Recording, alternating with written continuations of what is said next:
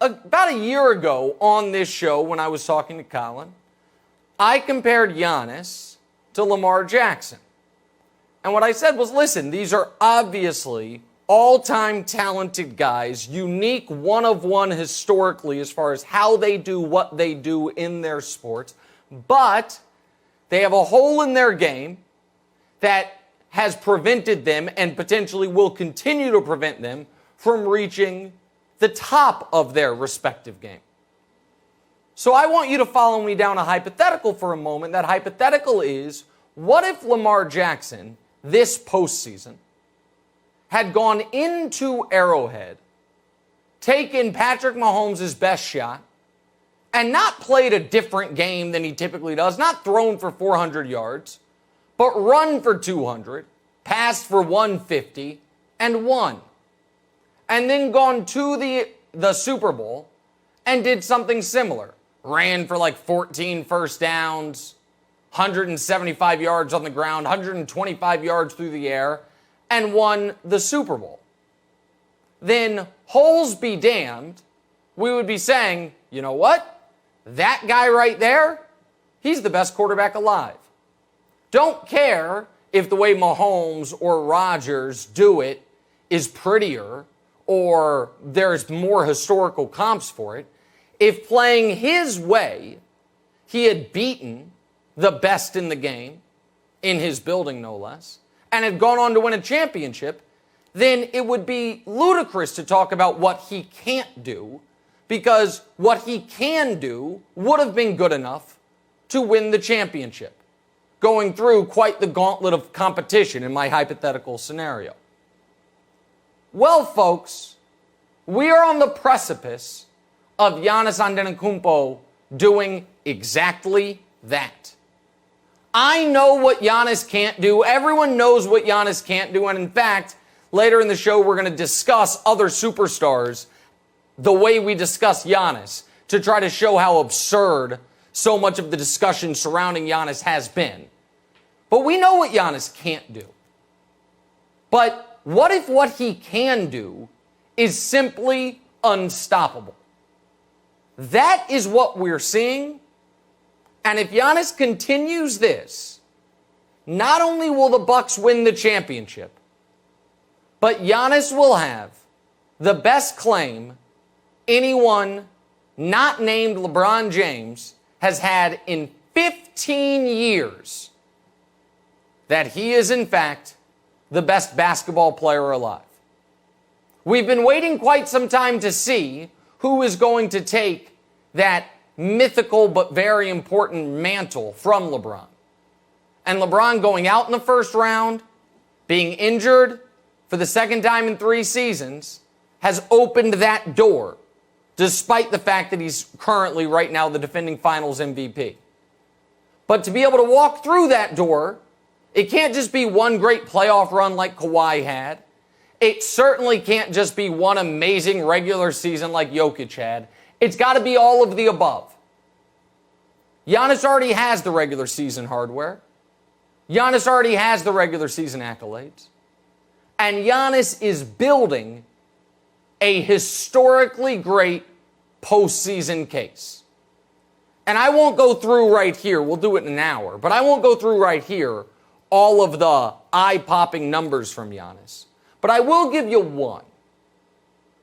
40-point games in the finals. We're numb to it because LeBron's got 8 of them. But if you remove LeBron's 8, then all of a sudden you're in a situation where in the last 15 years, there have only been 7 total. And in the last 40 years, those are the only 3 guys with more than Giannis has had in the last 96 hours. Kevin Durant, as great as he is, has scored 40 in a finals game once. Kobe Bryant, one of the 8 greatest players in the history of the sport, scored 40 in a finals game once. He played in 37 of them. Giannis has played in 3. His first one was when he's coming off the hyperextended knee, and he's done it twice in the last 2. Kareem did it once. Bird did it once. Duncan did it once. Giannis has done it twice since you probably last called your mother. That is how you all of a sudden go from 3 weeks ago, oh my God, Giannis doesn't belong in the same league as Durant, to then outplaying Durant in a Game 7 in Durant's building, scoring the game-tying bucket on Durant in overtime, suffering what looked like a Willis McGahee injury, and then being back a week later, and now, I believe, has his team in control of these finals. Now, the guy who's supposed to be able to match Giannis is Devin Booker. And we'll get to Booker in just a moment. But to put a pin in the Giannis discussion, when I say best player alive, if we don't even have to go modern NBA era, go from Russell to now, it's a very, very short list of guys that have worn that crown. Russell and Wilt shared it in the 60s. Kareem had it for the vast majority of the 70s. Late 70s, early 80s, Dr. J, from what he did in the ABA to coming to the NBA and instantly winning league MVP, plus Moses, who won 3 MVPs in 5 years, those two guys had it. Then Bird had it. Then Magic had it. Then Michael had it. Michael left. Akeem took it. Michael came back. He took it back. Then it went Shaq to Duncan to LeBron. Kobe fans would argue that I should have Kobe in there from like 07 to 10. I think LeBron became the best player alive after the 48 special in Detroit. But if you want to add Kobe, that's fine. But that's less than a dozen human beings in history who have held this crown. Giannis, 3 wins away from holding it himself. And the Bucks are going to get those 3 wins if Devin Booker doesn't start playing better. Even if he does, they might. And Devin Booker last night was 3 for 14, and he didn't play in the fourth quarter. And quietly, Devin Booker, since the game in which he broke his nose, Game 2 against the Clippers, he's played 8 games, has not shot over 50% once. In fact, in these entire playoffs, he's only shot over 50% 4 out of his 19 games. And in those last 8 playoff games, Booker is shooting 36% from the field, less than 30% from 3.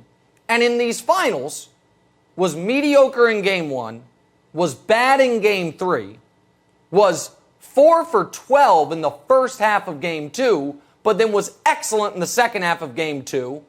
And he and Ayton's energy late, what Chris Paul did, it was like, okay, Booker played great, was probably the best player on his team in that game. So it got papered over a bit. But last night he was bad, and people are acknowledging it, but not killing him for it. And I'm not here to kill him for it, because Devin Booker is not the caliber of player that deserves to get killed for a terrible game. Now, that might sound like an indictment, but it's not. It is, and we've discussed this before, I think, on this show, it is the superstar test. Do you want to know who is and who isn't a superstar in this league? Ask yourself this question.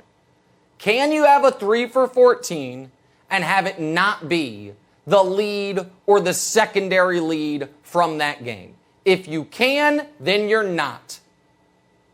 So there's during the broadcast, during these playoffs, we've had the word superstar thrown around awful liberally. Trae Young's a superstar. No, he's not. Not yet.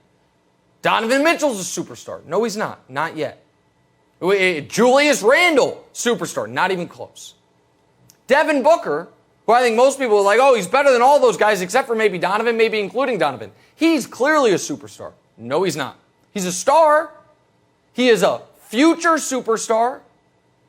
But when you can go 3 for 14, have your coach, for reasons that I don't yet totally understand, sit you for the entire fourth quarter, and it is not the overwhelming lead, or thanks to what Giannis did, secondary lead where people are eviscerating him, means not a superstar.